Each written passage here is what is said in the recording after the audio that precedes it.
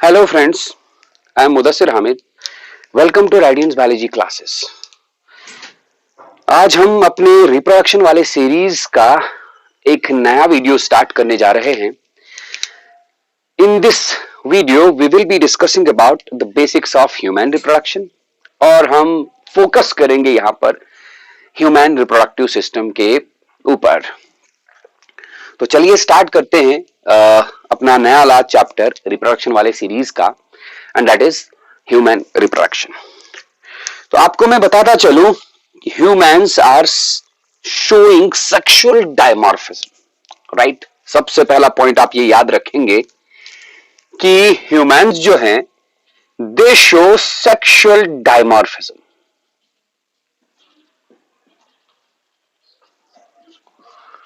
Sexual dimorphism.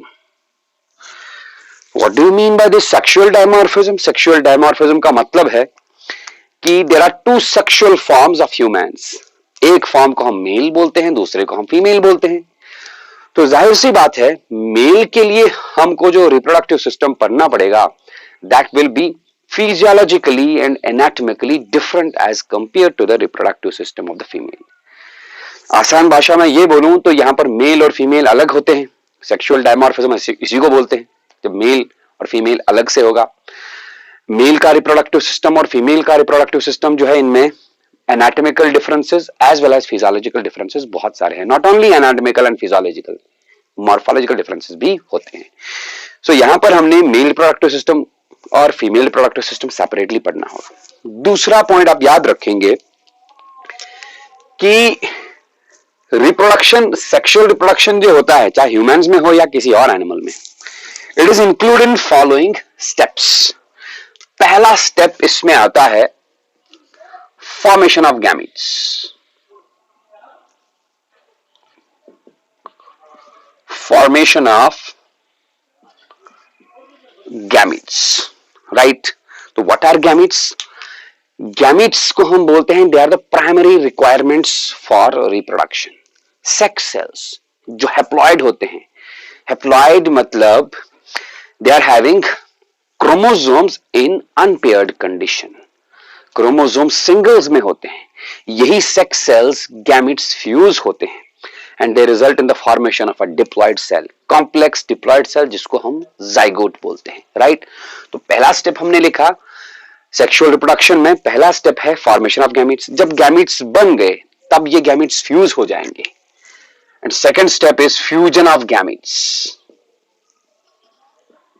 Fusion of gametes. Fusion of gametes is known as fertilisation, right. It is known as fertilisation.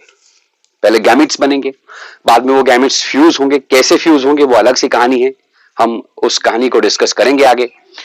Fusion of gametes is known as fertilisation. Fertilisation बोलो, syngamy बोलो. Then fertilisation के बाद भी events हैं. Fertilisation होगा, जो zygote बना, इस जाइगोट का क्या होगा? जाइगोट सिंगल सेल होता है. इस जाइगोट का रिपीटेड माइटोटिक डिविजन्स होंगे and it will result in the formation of embryo. उसके बाद उस एम्ब्रायो का क्या होगा? Embryo will be hatched and embryo will be developed into an offspring. Then offspring का क्या होगा? offspring का birth होगा. All these right from the formation of zygote till the formation of an offspring. इन सारे events को हम post fertilization events बोलेंगे. We will also discuss these. So third step in the process of reproduction, and that too in human reproduction, includes all the post fertilization events. I will write here. तो तीसरा step होगा post fertilisation events.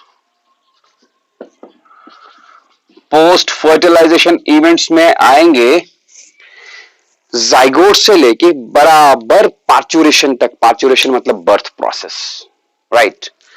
All those events right from the formation of zygote till the process of birth till parturition are collectively known as post fertilization events. इनके बारे में भी हमको बात करनी है, right.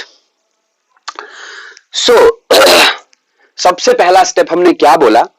Formation of gametes. The first step of reproduction is formation of gametes, right? Gamete बनना. And gametes क्या हैं? These are sex cells. Primary requirements for reproduction are the gametes. सवाल है कि ये गैमीट बनेगा कहां? Gametes are formed in reproductive organs, sex organs, right? तो gametes are formed in sex organs.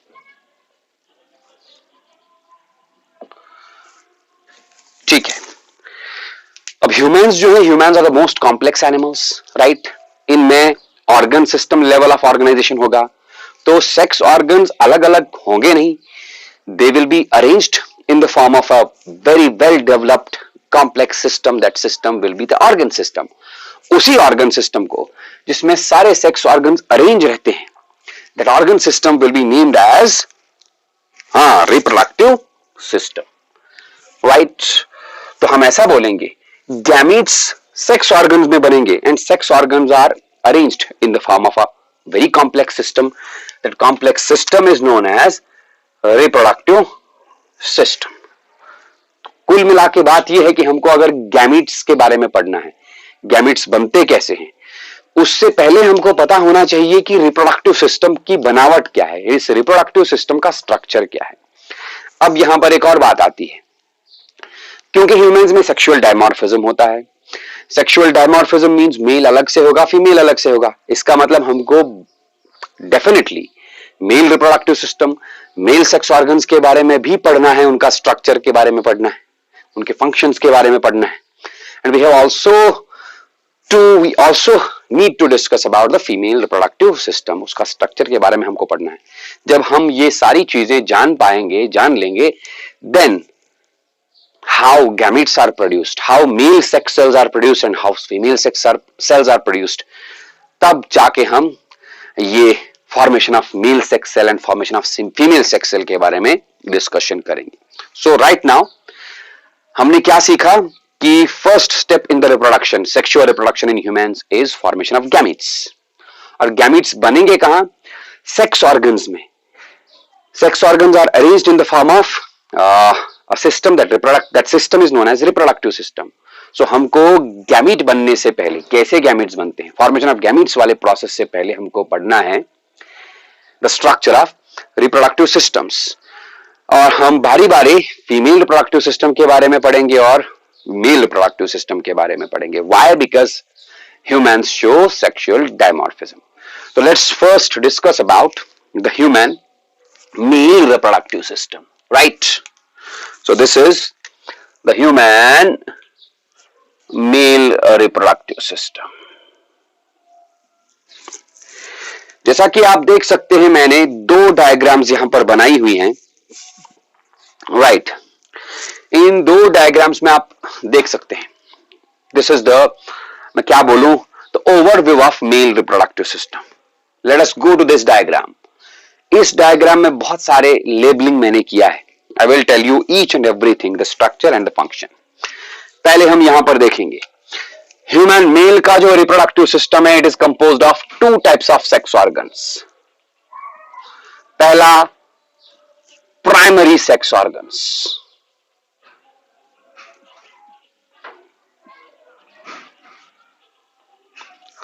And second one is secondary sex organs. Right? Primary sex organs and secondary sex organs. Primary sex organs जो हैं, primary sex organs क्या होते हैं? Here primary sex organs are the testes. क्या हैं ये testes? What are primary sex organs? आप याद रखें, अभी मैंने बताया थोड़ी देर पहले, सेक्सुअल रिप्रोडक्शन के लिए प्राइमरी रिक्वायरमेंट क्या है? Gamete, sex cells. और प्राइमरी सेक्स ऑर्गन्स वही वाले सेक्स ऑर्गन्स हैं जिनके अंदर प्राइमरी रिक्वायरमेंट्स फॉर रिप्रोडक्शन बनेंगे.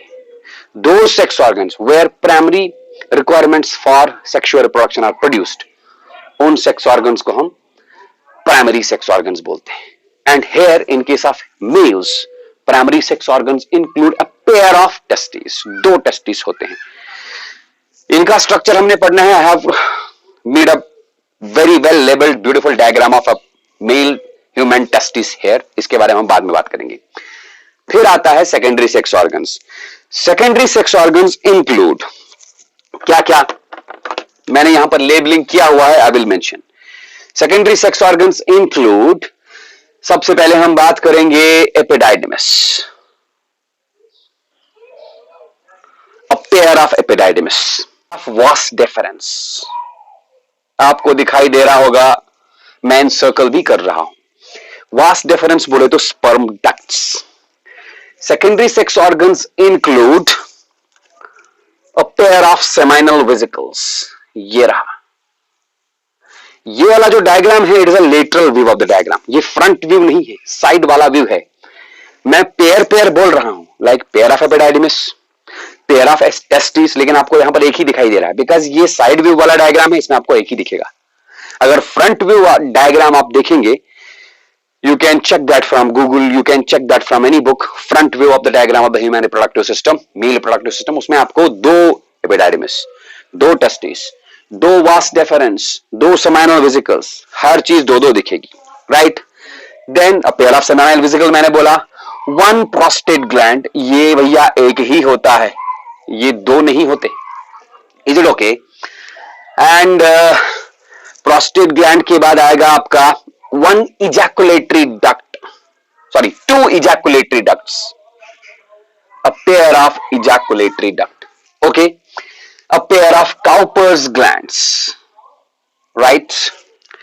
Then this muscular organ जो कि एब्डोमेन से आगे की तरफ हैंग होता है in between the two legs, इस ऑर्गन को हम पीनिस बोलते हैं, राइट। मैं यहां लिखूंगा दिस इज पेनिस। इस पेनिस के अंदर दो टाइप्स के इरेक्टाइल टिश्यूज होते हैं, we will discuss about those, यहां पर मैंने मेंशन किया हुआ है। और ये जो टेस्टिस है, primary sex organs, they are located in a sac, that sac is known as scrotal sac, या आसान भाषा में आप स्क्रॉटम भी बोल सकते हैं, राइट। सो मैंने फिर से रिपीट करूंगा मैं, the human male reproductive system is consisting of two types of sex organs, primary sex organs and secondary sex organs. Primary sex organs are those sex organs which are responsible for the formation of primary requirements of reproduction, and those primary requirements are none other than the male gametes. Male gametes को हम sperms भी बोलते हैं, right. And those primary sex organs are none other than a pair of testes, जो कि scrotum के अंदर होते हैं इन केस ऑफ ह्यूमंस, राइट। उसके बाद आते हैं secondary sex organ. Secondary sex organs वो वाले सेक्स ऑर्गन्स हैं जो प्राइमरी रिक्वायरमेंट प्रोड्यूस नहीं करते, गैमेट्स प्रोड्यूस नहीं करते। फिर क्या, गैमेट्स को, मेल गैमेट को फीमेल गैमेट तक पहुंचाने में मदद करते हैं, मतलब सेक्सुअल रिप्रोडक्शन में हेल्प करते हैं। Those sex organs are known as secondary sex organs and they include a scrotum, scrotum में दो स्क्रॉटल सैक्स होते हैं, a pair of epididymis, a pair of vas deferens, a prostate gland, a pair of seminal vesicles, a pair of Cowper's glands, a pair of ejaculatory ducts, a muscular, prominent muscular inflammatory organ, that organ is known as penis, and all that. These are the parts of the human male reproductive system. सबसे पहले हम इसमें बात करेंगे primary sex organs की, that is testis. So let's talk about these testis in detail.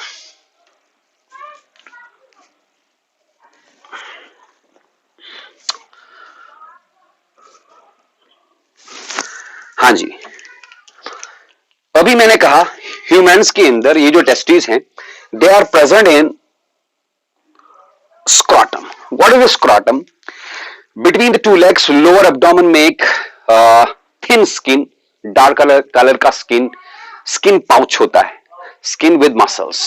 That pouch consisting of skin and muscles, that pouch is known as scrotum. उस scrotum में दो sacs होते हैं, those are known as scrotal sacs. एक sac में एक testis होगा, दूसरे sac में दूसरा testis होगा, right? तो इंसानों में, humans में टेस्टिस जो होते हैं they are situated in the scrotal sacs और scrotum just below the lower abdomen in between the two legs, right. अब ऐसा क्यों? ऐसा इसलिए कि इंसान की बॉडी का temperature, let me talk about this testes, a pair of testes. They are located inside scrotum. Why? इंसान की बॉडी का नॉर्मल टेम्परेचर 37 डिग्री सेल्सियस होता है, 98.6 फॉरेनहाइट अप्रोक्सीमेटली। टेस्टिस के अंदर स्पर्म्स बनेंगे। Sperms are the male gametes. Male gamete बोले तो primary requirements for sexual reproduction. Sperms बनने के प्रोसेस को हम स्पर्मेटोजेनेसिस बोलते हैं। You need to remember this, spermatogenesis. Spermatogenesis के लिए जो टेम्परेचर होना चाहिए, that temperature must be 2 to 3 degree Celsius lower than the body temperature, right. The temperature must be 2 to 3 degree Celsius lower than the body temperature. 2 से 3 degree Celsius lower then body temperature. इसीलिए ये abdomen के अंदर नहीं होते, ये abdomen के बाहर होते हैं in this sac, that sac is known as scrotum. Scrotum में इनको ऑप्टिमम टेम्परेचर मिल जाता है, optimum temperature lesser than 2 or 3 degree Celsius as compare to the normal body temperature, जिस टेम्परेचर पे स्पर्मेटोजेनेसिस नॉर्मल तरीके से हो जाती है, राइट। एक और बात, जब बच्चा मेल चाइल्ड मां के वाम्ब में होता है, मां के वाम्ब में ही सारी मतलब चीजें बनती हैं ड्यूरिंग प्रेगनेंसी।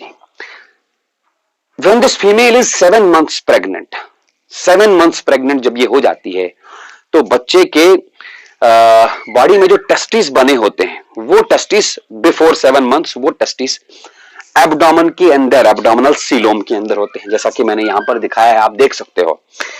ये वाला जो एरिया है, दिस, ये सारा एरिया,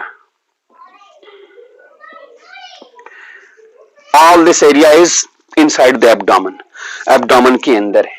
फिर इस एब्डोमेन के ऊपर यहां पर आप देख सकते हैं वॉल लगा है, दिस इज एब्डोमिनल वॉल, ये। और एब्डोमिनल वॉल के आगे भी एक कैविटी होती है, ये कैविटी सीलोम का ही पार्ट है, राइट।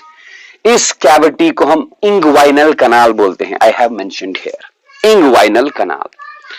तो मैं बोलना क्या चाहता हूं, बच्चा मेल चाइल्ड मां के वॉर्म में, मां के यूटेरस में पल रहा है, 7 महीने तक ये जो टेस्टिस बने होते हैं, they are located in this inguinal canal. जैसे ही बच्चा 7 महीने का होता है, 7 months प्रेगनेंसी इसकी कंप्लीट होती है, तब ये टेस्टिस इंग्वाइनल कनाल से नीचे डिसेंड हो जाते हैं and they descend into this scrotum.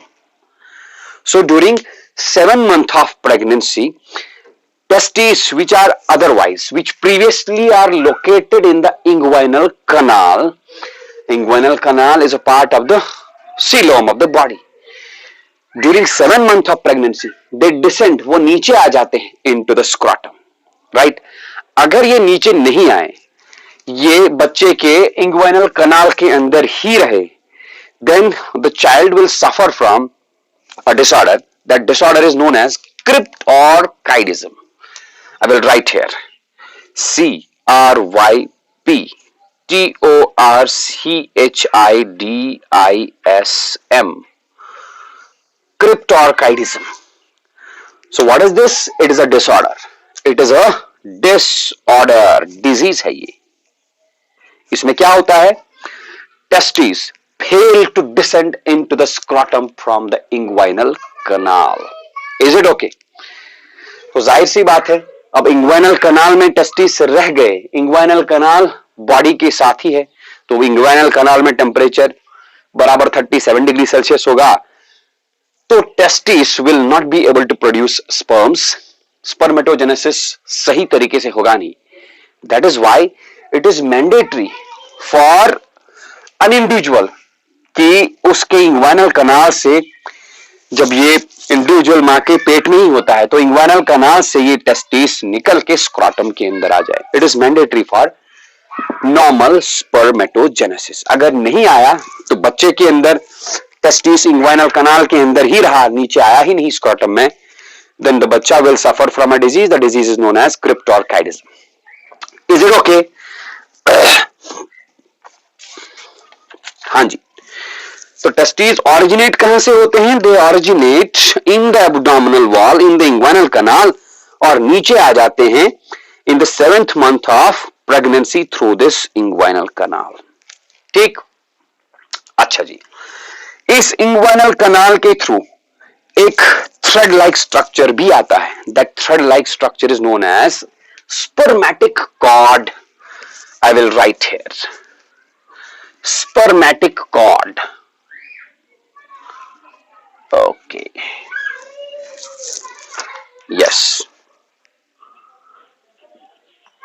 inguinal canal contains a thread spermatic cord। ये स्पर्मेटिक कॉर्ड यहां पर मैंने दिखाया नहीं है डायग्राम में, ओवरक्राउडिंग हो जाता, लेबलिंग ज्यादा हो जाती, तो वो स्पर्मेटिक कॉर्ड टेस्टिस के साथ अटैच रहती है। स्पर्मेटिक कॉर्ड में क्या क्या चीजें होती हैं? इट कंटेन्स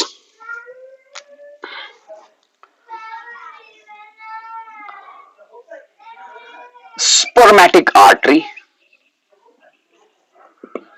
स्पर्मेटिक आर्टरी आती है स्पर्मेटिक कॉर्ड के अंदर। स्पर्मेटिक आर्टरी जाहिर सी बात है, it will supply oxygenated blood to the testis.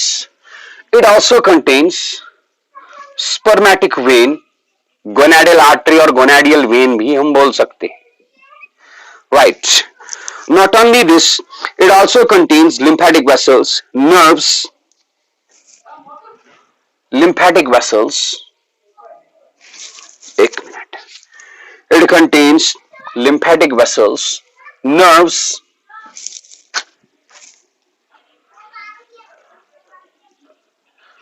lymphatic vessels, nerve भी होती है which innervates these testes, and इसके अंदर एक मसल होता है, that muscle is known as cremaster muscle। cremaster muscle, right? Is it okay? यहां पर आप देख सकते हैं स्क्रॉटम के अंदर, जैसे ही स्पर्मेटिक कॉर्ड के थ्रू ये स्क्रॉटम के अंदर पहुंच गए टेस्टिस, स्क्रॉटल वॉल के साथ एक थिक पैड सा स्ट्रक्चर लगा होता है। This pad like structure is known as governaculum। इस गोवर्नाक्यूलम के ऊपर ये टेस्टिस रेस्ट करते हैं। आप ये बोल सकते हैं कि the testis are पोजिशन्ड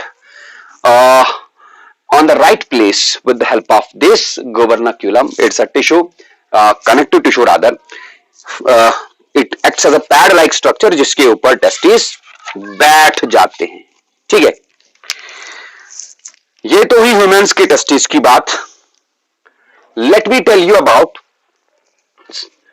the position of testis in some other mammals. In some other mammals, right. कुछ एनिमल्स की बात करूंगा मैं। एनिमल्स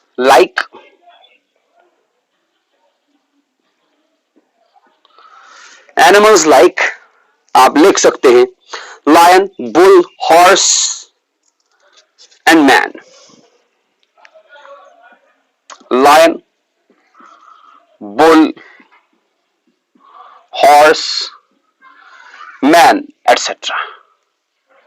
इन सब के अंदर टेस्टिस स्क्रॉटम के अंदर होते हैं। ऐसे टेस्टिस को हम एक्स्ट्रा एब्डोमिनल टेस्टिस बोलते हैं, राइट। हमेशा स्क्रॉटम के अंदर।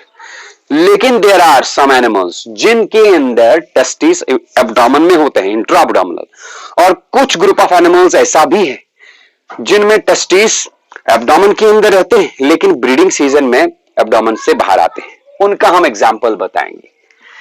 There are some animals like, आप नाम लिखें, एनिमल्स लाइक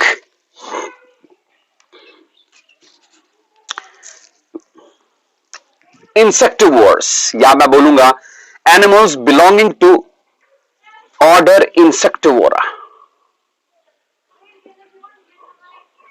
मैमल्स ही हैं ये, बिलोंगिंग टू ऑर्डर इंसेक्टिवोरा,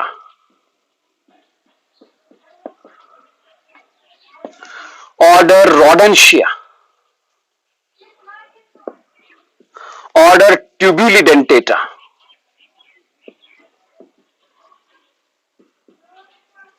राइट। इन तीन ऑर्डर्स को आप याद रखेंगे।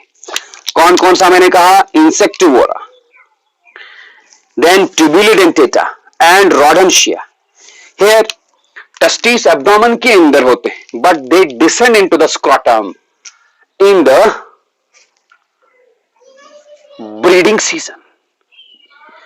ब्रीडिंग सीजन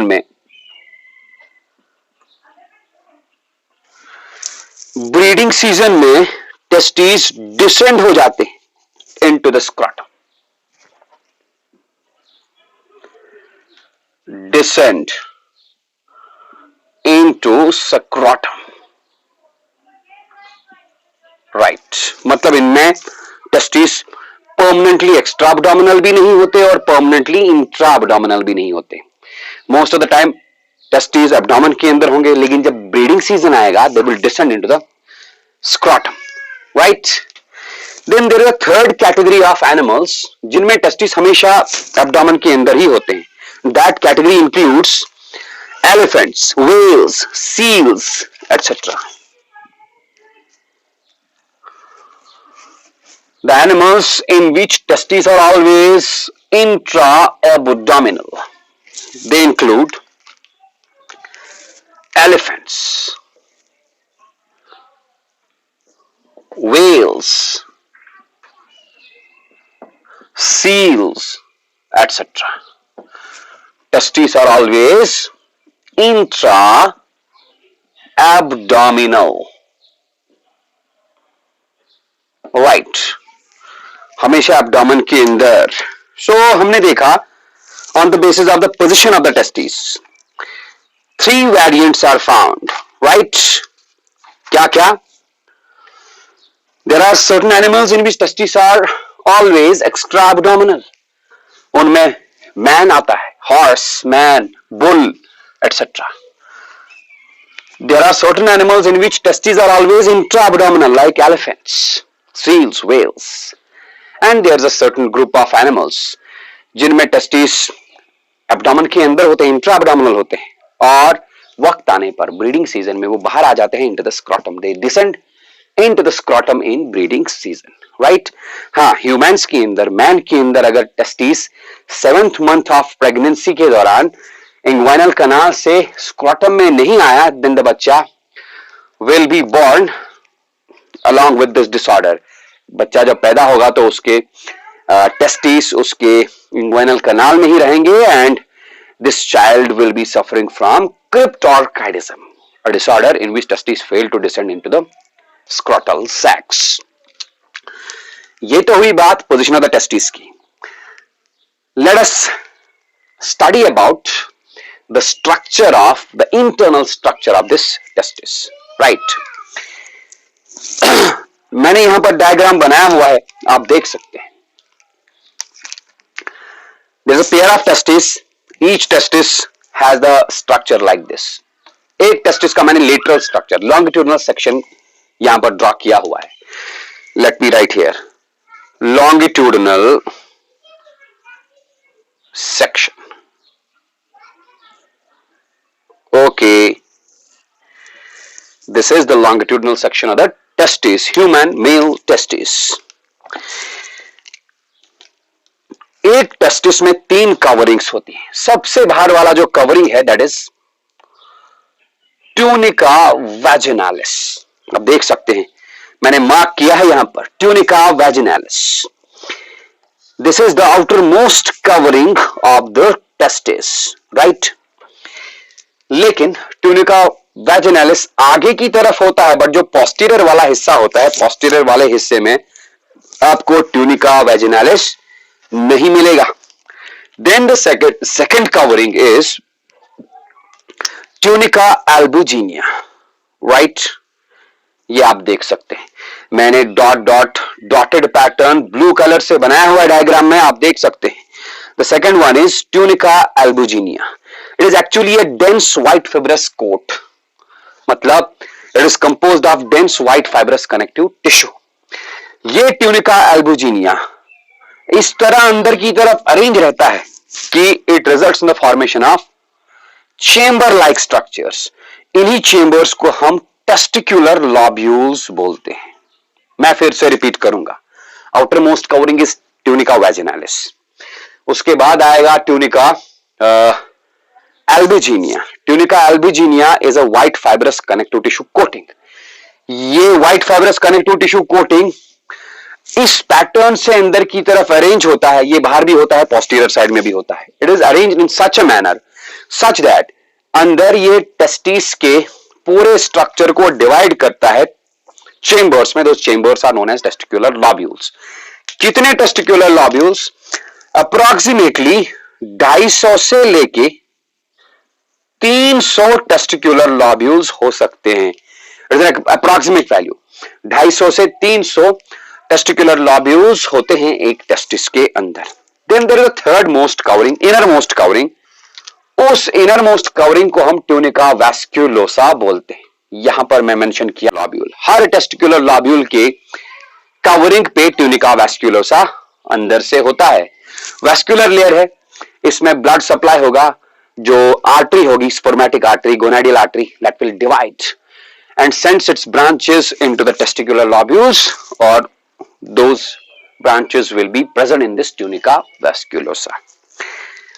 हर टेस्टिकुलर लॉब्यूल के अंदर 2 से 3 सेमिनिफेरस ट्यूब्यूल्स होते हैं. आई will write here 2 to 3 seminiferous tubules. Right,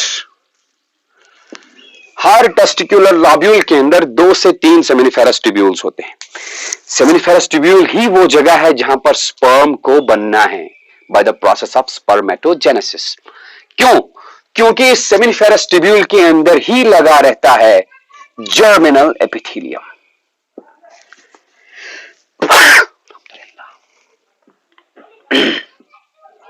right, inside हम सेमिनिफेरस ट्यूब्यूल का भी स्ट्रक्चर देखेंगे.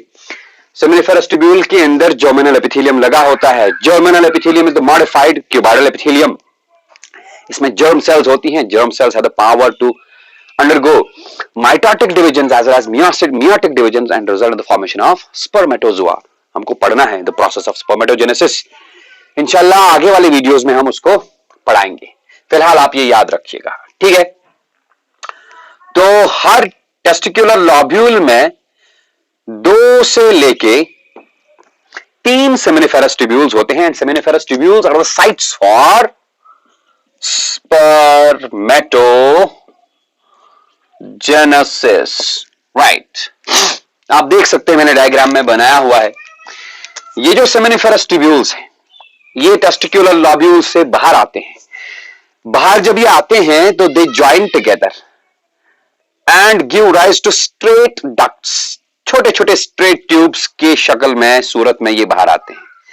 दे come out in the form of very short straight tubes. आप देख सकते हैं, मैं पेन मारकर इसके ऊपर फेर रहा हूं. इन स्ट्रेट ट्यूब्स को हम ट्यूबुलाई रेक्टाई बोलते हैं. प्लूरल वर्ड है ट्यूबुलाई recti, singular is tubules rectus. ये ट्यूबुलाई रेक्टाई एक दूसरे के साथ ज्वाइन होते हैं and they form a very fine network of tubules. सारे ट्यूबुलाई रेक्टाई एक दूसरे के साथ ज्वाइन होते हैं and they form a very fine network of tubules. That network of tubules is known as rete testis. ये रहा, ठीक है? और रेटी टेस्टिस एक दूसरे के साथ ज्वाइन होके हॉरिजॉन्टल डक्ट्स बनाते हैं. Those horizontal ducts कितने होंगे? There will be approximately 10 to 20 horizontal ducts. इन 10 से 20 हॉरिजॉन्टल डक्ट्स को हम वासा इफरेंशिया बोलते हैं। बहुत ही छोटे माइक्रोस्कोपिक होते हैं ये वासा इफरेंशिया। टेस्टिस के पोस्टीरियर पार्ट पे एक बड़ा सा कन्वोल्यूटेड बड़ा सा स्ट्रक्चर होता है, that structure is known as epididymis. ये वासा इफरेंशिया एपिडाइडिमिस के अंदर एंटर करते हैं। एपिडाइडिमिस के अंदर ये बहुत सारा क्वाइलिंग होता है इनका, and they come out in the form of a very large duct. That duct is known as vas deferens. तो कहने का मतलब मेरा यह है कि अगर सेमिनिफेरस ट्यूब्यूल के अंदर स्पर्म बना, वो स्पर्म सेमिनिफेरस ट्यूब्यूल से निकल के जाएगा पहले, क्योंकि उसको बाहर आना है। कहां बाहर आना है? यहां से इसको बाहर आना है, यहां से बाहर आना है, यहां से फिर यूरेथ्रा से पीनिस के थ्रू स्पर्म को बाहर आना है, राइट। तो जब पेनिस बाहर आएगा, सॉरी, जब स्पर्म बाहर आएगा पेनिस के थ्रू, यही स्पर्म ना फीमेल गैमेट के पास जाके उस फीमेल गैमेट को फर्टिलाइज करेगा। How that happens, we have to study about that in our incoming videos. फिलहाल आप याद रखें, सेमिनिफेरस ट्यूब्यूल्स के अंदर जब स्पर्म्स बने, वो स्पर्म्स बाहर आएंगे। First they will move from seminiferous tubules to tubuli recti, फिर ट्यूब्यूलाई रेक्टाई के बाद जाएंगे रेटी टेस्टिस के अंदर, रेटी टेस्टिस से बाहर निकल के जाएंगे वासा इफरेंशिया के अंदर, वासा इफरेंशिया से बाहर निकल के जाएंगे एपिडाइडिमिस के अंदर। अब यहां पर एपिडाइडिमिस की बात करूं, मैं यहां पर एपिडाइडिमिस का भी स्ट्रक्चर बयां कर सकता हूं, बता सकता हूं। एपिडाइडिमिस में बेटा 3 पार्ट्स होते हैं, ऊपर वाला हिस्सा, बीच वाला पार्ट और लास्ट वाला पार्ट। जो topmost part of the epididymis है, the topmost part of the epididymis is known as caput epididymis, right. मतलब कहने का यह है कि ये वाला हिस्सा एपिडाइडिमिस का, the topmost portion of epididymis, this, इसको हम कापुट एपिडाइडिमिस बोल सकते हैं, राइट। जो बॉटम वाला हिस्सा है एपिडाइडिमिस का, दिस पोर्शन, राइट, टेल वाला पार्ट, इसको कॉड़ा एपिडाइडिमिस बोल सकते हैं, राइट। अब बचा middle part of the epididymis. This middle part of the epididymis is known as corpus epididymis. ये वाला हिस्सा भाई, this is corpus epididymis, right. हाँ जी, तो वासा इफरेंशिया जो है ये एंटर होते हैं, मैंने थोड़ा सा गलत बनाया है diagram, they enter into the caput एपिडाइडिमिस।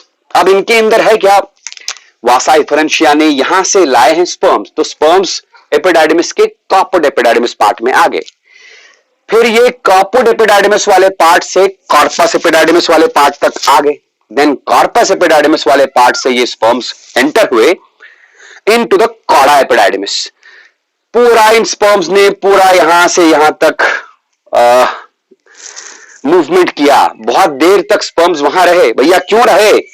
The function of this, why are sperms residing in this, the function of this epididymis is, ये एपिडाइडिमिस बहुत देर तक स्पर्म्स को यहां से यहां तक घुमाता है, बाद में वो वास डेफरेंस से बाहर निकलते हैं।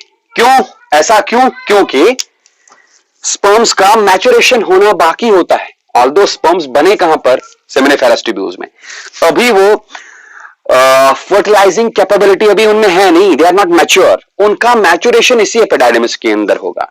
ये तब पॉसिबल है जब स्पर्म्स एपिडाइडिमिस में बहुत देर तक रहेंगे। बहुत देर तक रहने के लिए इसका स्ट्रक्चर ही ऐसा बना है। कैसे? First they go into the caput epididymis, caput epididymis से ये मूव करके कॉर्पस एपिडाइडिमिस बीच वाले पार्ट में आ गया, then they will move to cauda एपिडाइडिमिस।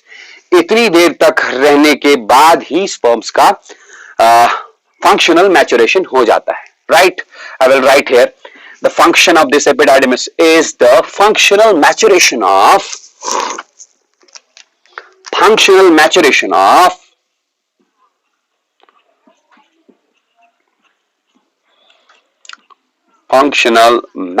of sperms. Is it okay?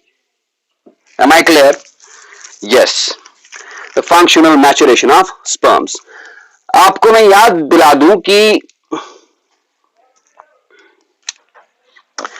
sperms 18 to 24 hours after functional maturation of sperms, they proceed further to store in vas deferens. Remember this. Functional maturation होने के 18 से 24 घंटे बाद ये sperms यहां कॉड़ा एपिडाइडिमिस वाले हिस्से से निकल के vas deferens के अंदर आते हैं and they remain stored in this vas deferens for a fair amount of time. इसके अंदर भी बहुत देर तक स्टोर रहते ही, राइट। उसके बाद यही वास डेफरेंस इनको यहां से, क्योंकि वास डेफरेंस एपिडाइडिमिस से ओरिजिनेट होगा, बाद में वो एब्डोमेन के अंदर जाएगा, एब्डोमेन के अंदर वो यूरिनरी ब्लेडर से होके हुए यूरिथ्रा के साथ ज्वाइन होके पीनिस के थ्रू जाएगा, राइट। मतलब पीनिस के थ्रू जो आता है दैट इज यूरिथ्रा, लेकिन इस यूरिथ्रा से पहले ही ज्वाइन हुआ है। यहां पर आप डायग्राम में देख सकते हैं, I will explain this also, detail में एक्सप्लेन करूंगा। यहां से वास डेफरेंस ओरिजिनेट हुआ, ये वास डेफरेंस ऊपर स्क्रॉटम से ऊपर एब्डोमेन की तरफ मूव किया, फिर यूरिनरी ब्लेडर के ऊपर से, दो वास डेफरेंस हैं, दोनों यूरिनरी ब्लेडर के ऊपर से क्वाइल होके आते हैं और जस्ट नीचे बीनीथ द यूरिनरी ब्लेडर इस दोनों वास डेफरेंस के साथ, एक का एक साइड के साथ, दूसरे का दूसरे साइड से, इनके साथ ज्वाइन होता है ग्लैंड। उस ग्लैंड का नाम है सेमिनल वेसिकल। दो ग्लैंड्स हैं, दो सेमिनल वेसिकल दो वास डेफरेंस के साथ ज्वाइन होंगे तो एक छोटा सा डक्ट निकलता है, that duct is known as ejaculatory duct. और ये इजैकुलेटरी डक्ट यूरिनरी ब्लेडर से निकलने वाले यूरिथ्रा के साथ ज्वाइन होता है, राइट। और दिस होल थिंग, पूरा का पूरा यूरिथ्रा अब जिसके साथ ज्वाइन हो चुका है इजैकुलेटरी डक्ट, ये पूरा सराउंडेड है by means of a gland. The gland is named as prostate gland, ठीक है। तो कहने का मतलब ये है, जब वास डेफरेंस से स्पर्म्स आएंगे, वो स्पर्म्स यहां से मूव करके इजैकुलेटरी डक्ट में आएंगे। इजैकुलेटरी डक्ट क्या है? It is a combination of duct of seminal vesicle and vas deferens. और फिर इजैकुलेटरी डक्ट इन स्पर्म्स को छोड़ देगा यूरिनरी ब्लेडर से आने वाले यूरिथ्रा में, प्रोस्टेटिक यूरिथ्रा। तो फिर वो इसी यूरिथ्रा से बाहर आएंगे वो स्पर्म्स। ये कहानी है, राइट। अब सवाल ये है कि स्पर्म्स भैया मूव कैसे करेंगे, यहां से यहां तक मूव कैसे करेंगे? वास डेफरेंस के अंदर वॉल में कुछ मसल्स लगे होते हैं, ऑल्सो एब्डोमेन के अंदर भी कुछ मसल्स होते हैं। These muscles show pulsations, contractions. उन्हीं पल्सेशन से स्पर्म्स यहां से यहां की तरफ मूव करते हैं and finally they move through this urethra. पहले पीनाइल प्रोस्टेटिक यूरिथ्रा में आएंगे, उसके बाद यूरिथ्रा वाला ये वाला हिस्सा जो है it is known as membranous urethra, इसको क्रॉस करके फिर पेनिस के थ्रू जो यूरिथ्रा का पार्ट है that is known as penile urethra, इसके थ्रू बाहर आएंगे, राइट। मतलब आज ये बोल सकते हो कि यूरिथ्रा जो है it is the common passage for urine as well as the sperms. Is it okay? तो टेस्टिस का जो स्ट्रक्चर मैंने आपको बताया, आपने याद रखना है, each testis is consisting of about 250 to 300 testicular lobules. हर टेस्टिकुलर लॉब्यूल के अंदर 2 या 3 सेमिनिफेरस ट्यूब्यूल्स होते हैं और हर सेमिनिफेरस ट्यूब्यूल के अंदर क्यूबॉइडल एपिथेलियम होता है, जर्मिनल एपिथेलियम होता है। That germinal epithelium consists of germ cells. उन्हीं जर्म सेल्स से जनरेट होते हैं स्पर्म्स। वो स्पर्म्स सेमिनिफेरस ट्यूब्यूल से निकल के इनके थ्रू ट्यूबुलर रेक्टाई के थ्रू आ जाते हैं रेटी टेस्टिस में, और रेटी टेस्टिस से निकल के वासा इफरेंशिया में आते हैं। वासा इफरेंशिया उनको ट्रांसपोर्ट करते हैं इनटू द एपिडाइडिमिस। कौन से एपिडाइडिमिस के पार्ट में? कॉर्पुट एपिडाइडिमिस में। कॉर्पुट एपिडाइडिमिस से वो निकल के कॉर्पस एपिडाइडिमिस वाले रीजन में आएंगे। कॉर्पस एपिडाइडिमिस वाले रीजन से निकल के कॉड़ा एपिडाइडिमिस वाले रीजन में आएंगे। तब तक जब तक ये यहां तक पहुंच जाएंगे स्पर्म्स, तब तक इनका फंक्शनल मैचुरेशन हो चुका होगा और फिर यहां से जनरेट होगा vas deferens, sperm duct. Sperm duct में after 18 to 24 hours after functional maturation they will move into the sperm ducts, vas deferens में थोड़ा सा और मैचुरेशन हो जाएगा एंड फाइनली वो इजैकुलेटरी डक्ट के थ्रू यूरिथ्रा से होते हुए पेनिस से बाहर आएंगे, right. So it was about the structure of the primary sex organ that is testis in case of humans, in case of mails, right. इसके साथ साथ मैंने आपको एपिडाइडिमिस के बारे में भी बताया, हाँ, and I have also told you about vast difference, sperm duct. आगे के सेक्स ऑर्गन्स जो है लाइक सेमिनल वेसिकल, इसका फंक्शन क्या है, व्हाट डज इट प्रोड्यूस। यहां पर कॉपर्स ग्लैंड है, प्रोस्टेटिक ग्लैंड है, इनका फंक्शन क्या है, what the structure of anatomy of this penis, सबका स्ट्रक्चर क्या है, फंक्शन क्या है, इसके बारे में हम अपने अगले वीडियो में पढ़ेंगे। तब तक के लिए खुदा हाफिज एंड बाय।